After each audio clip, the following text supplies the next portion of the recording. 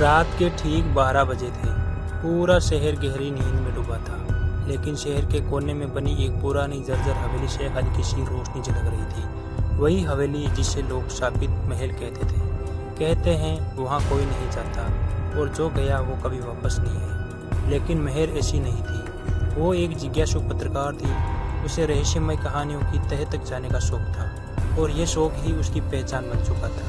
उसने कई बार सुना था कि हर पूर्णिमा की रात उसे हवेली में कोई धीमी सी धुन बजती है, जैसे कोई बर्बाद सा वायलिन, और तभी एक कमरे में रोशनी जल उठती है, जैसे कोई अब भी वहाँ जिंदा हो या शायद कुछ और। महर ने तय कर लिया था कि इस बार वो खुद वहाँ जाएगी, सच जानेगी और इस रहस्य को दुनिया के सामने लाएगी।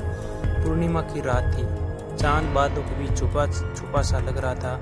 हवाओं में अजीब सी सर्दी थी और सन्नाटा जैसे जमीन तक जमा हुआ था। महर अपने कैमरा और रिकॉर्डिंग डिवाइस के साथ हवेली के बाहर खड़ी थी। लोहे का टूटा हुआ गेट एक झटके में खुला, जैसे उसे कोई पहले भी भीतर बुला रहा हो। हवेली के अंदर घुसते ही उसे सड़ी लकड़ी और नमी की तेज गंध महसूस हुई। दीवारों पर जाले, फर्श पर टूटी हुई तस्वीरें और एक लंबा गलियारा जो किसी अंधेरे में खो जाता था।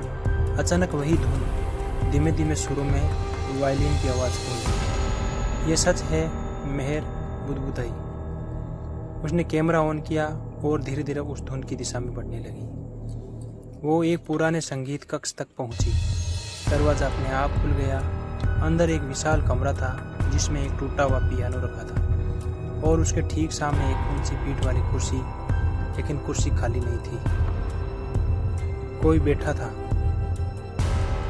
सफेद जीनी ड्रेस में एक औरत, जिसके बाल जमीन तक लटक रहे थे। उसका चेहरा झुका हुआ था और उंगलियां वायलिन पर चल रही थी। वो महर की ओर नहीं देख रही थी, लेकिन जैसे जानती हो कि कोई आया है। कौन हो तुम?